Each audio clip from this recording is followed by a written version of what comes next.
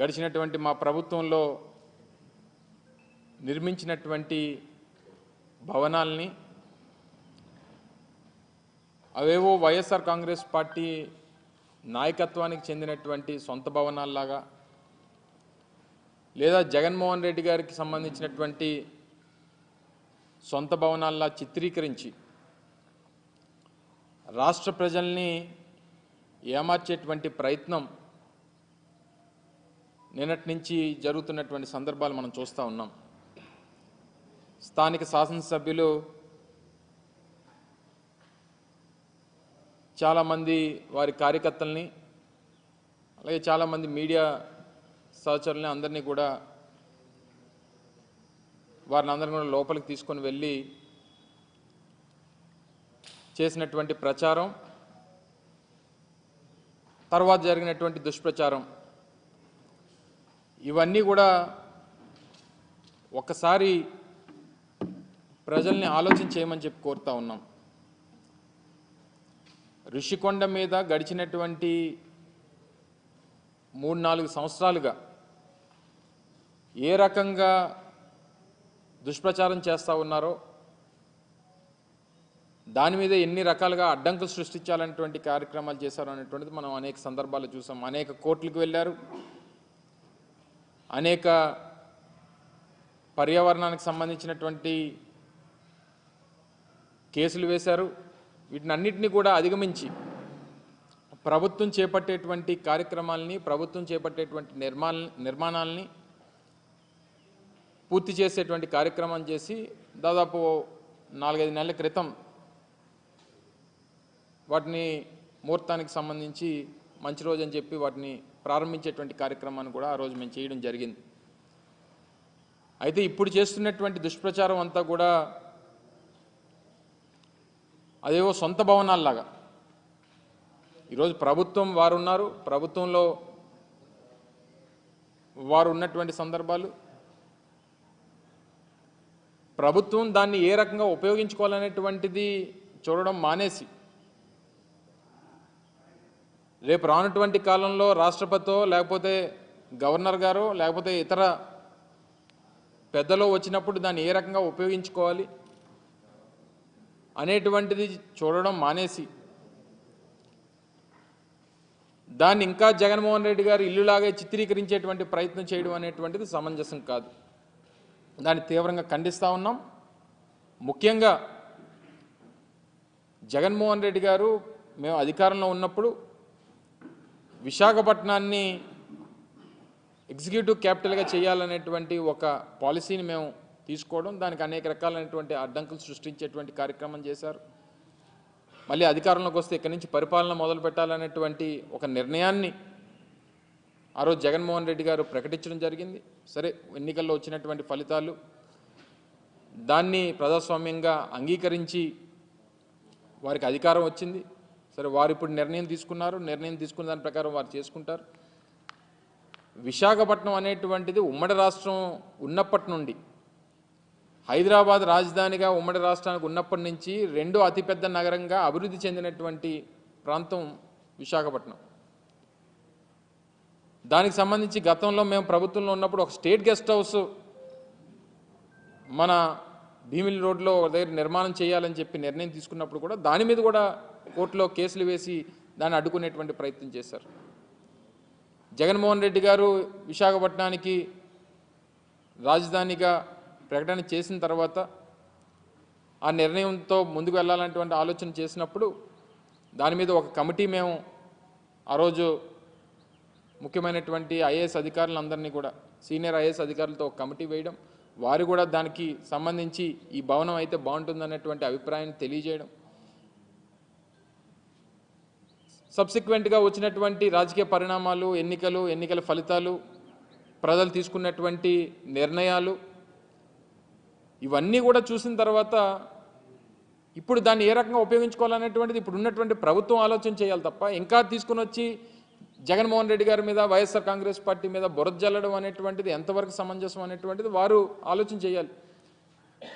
నేను కూడా మా పార్టీ తరపున మాట్లాడాల్సి వస్తేనో, ప్రజల తరపున మాట్లాడాల్సి వస్తేనో, చంద్రబాబు నాయుడు గారు 2014 నుంచి 19 వరకు ఏ రకంగా ప్రభుత్వ ధనాన్ని ఈరోజు ప్రభుత్వానికి సంబంధించినటువంటి భవనాలు నిర్మిస్తేనో ఒక డిపార్ట్మెంట్కి సంబంధించినటువంటి నిర్మాణాలు శాశ్వత నిర్మాణాలు నిర్మిస్తే దీన్ని ఈరోజు ప్రజలకి తప్పుదోవ పట్టించేటువంటి ప్రయత్నం వారు చేస్తున్నటువంటి క్రమంలో చంద్రబాబు నాయుడు గారు 2014 నుంచి 19 వరకు ముఖ్యమంత్రిగా ఉన్నప్పుడు ఎంత ప్రభుత్వ ధనాన్ని దుర్వినియోగం చేశారనేటువంటిది కూడా మాట్లాడాల్సినటువంటి పరిస్థితి వస్తుంది.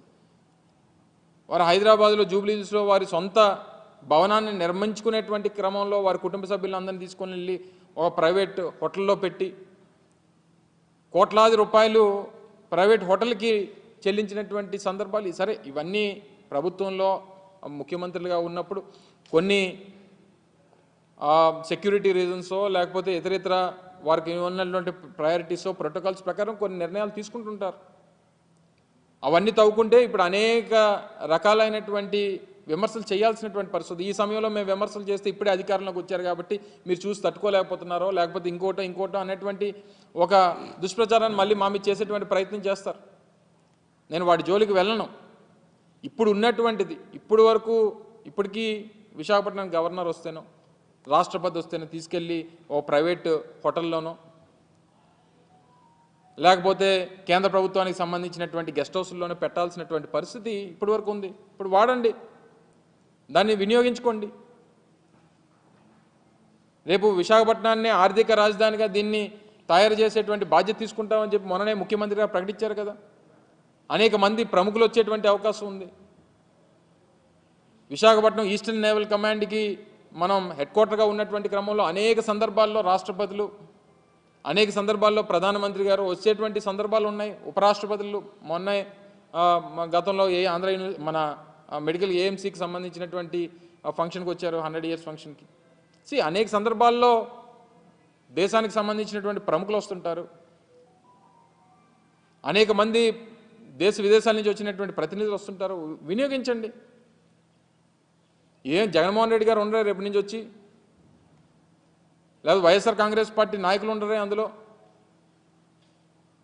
ప్రభుత్వానికి సంబంధించి టూరిజం డిపార్ట్మెంట్కి సంబంధించినటువంటి నిర్మాణాలు దాన్ని ఏ రకంగా వినియోగించుకోవాలనేటువంటిది చేయండి. 4-5 బ్లాకులు ఉన్నాయి అందులో.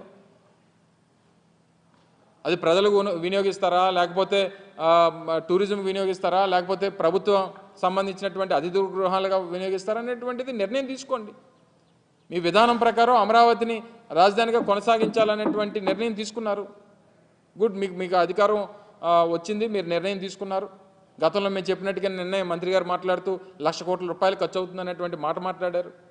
మేము ఆ మాట మొదటి నుంచి చెప్తున్నాను. ఈ 5 సంవత్సరాలు అయ్యేసరికి ఆ 1,00,000 2 లక్షల కోట్లు అవ్వచ్చు. సరే, ఏదైనా మీ ప్రభుత్వం ఒక నిర్ణయం తీసుకుందా, నిర్ణయం ప్రకారం వెళ్తుంది. ఈ చేసేటువంటి క్రమంలో ఎందుకు అనవసరంగా తీసుకుని వచ్చి జగన్మోహన్ రెడ్డి గారిని ఇంకా మా పార్టీ మీద దాన్ని రుద్దేటువంటి ప్రయత్నం చేస్తున్నారో నాకు అర్థం కావట్లేదు. దాదాపు గత 5 సంవత్సరాలు 2014 నుంచి 19 మధ్యలో 5-6 వేల కోట్ల రూపాయలు అమరావతి మీదుగా కేవలం తాత్కాలిక భవనాల మీద ఖర్చు పెట్టారు. తాత్కాలిక భవంతులు కట్టి వేల కోట్ల రూపాయలు ఖర్చు పెట్టేటువంటి కార్యక్రమం చేశారు. ఇది శాశ్వత నిర్మాణాలు. అవి ప్రభుత్వానికి సంబంధించింది, ప్రభుత్వం వినియోగించాల్సినటువంటి అవసరం ఉంది. ప్రభుత్వం దానికి సంబంధించినటువంటి నిర్ణయాలు తీసుకోవాల్సినటువంటి అవసరం ఉంది. అవి తీసుకోవడం మానేసి ఊర్లో వెనకాతలు ఉన్న కార్యకర్తలందరినీ కూడా అందులోకి తీసుకొని వెళ్ళిపోయి రేపు చీఫ్ గెస్ట్లు ఎవరన్నా వస్తారు, పెద్దలు ఎవరన్నా వస్తారు, రాష్ట్రపతి వస్తారు, లేకపోతే ప్రధానమంత్రి వస్తారు. మీరు మొత్తం అంతా కూడా కెమెరాలు ప్రతి ఒక్కరికి చూపించారు అంతనా.